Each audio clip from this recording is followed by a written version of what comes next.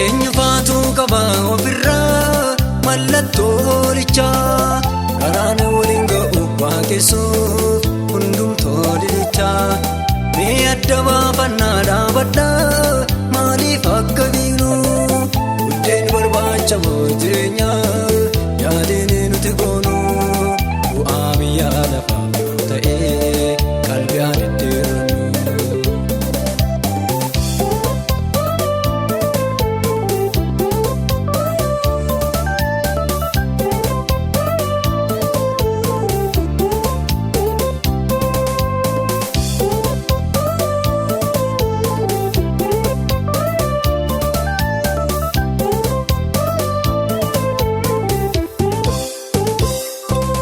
Isheenirraa duwwaa maal goota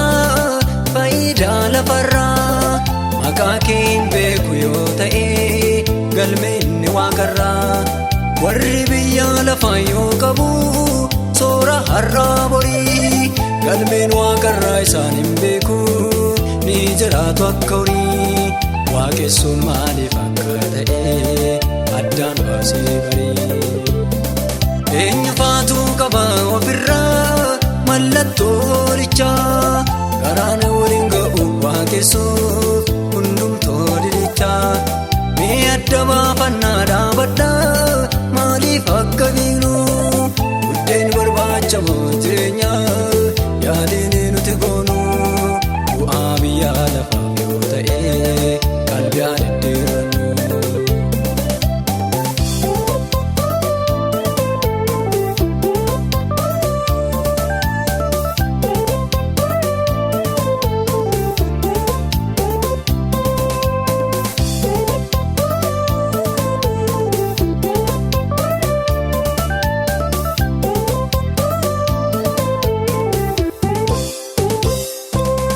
Anaafooraan gallee baay'eesaa hojiin amantoota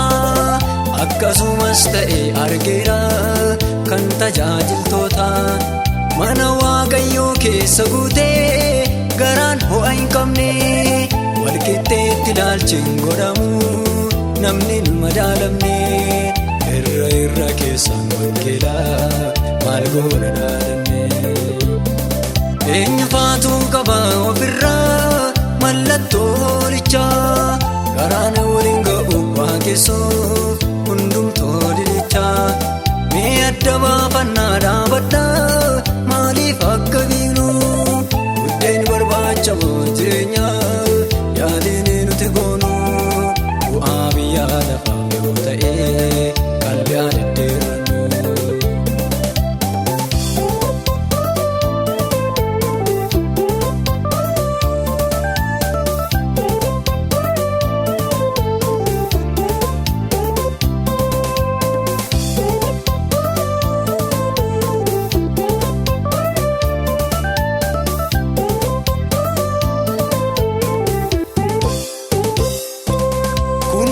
Tajabu marrayyuu warri mooraa duubaa yommuu waliin maktuu jireenyaa murtee ibsaa duuba mormoota wajjiniin hirmaattee keessattis kan caalu qaroomtee obseeta dubbiidhaan namni sin madaalu arfiin du'aasiin waraaneera waaqayyo si amaru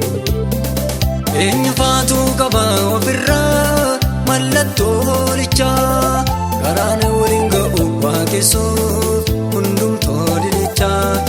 mee adda baafannaa dhaabadhaa maaliif akka biinu buddeen barbaacha moo jireenyaa yaadeen nuti goonu bu'aa biyyaa lafaaf yoo ta'e qalbii deddeerannu.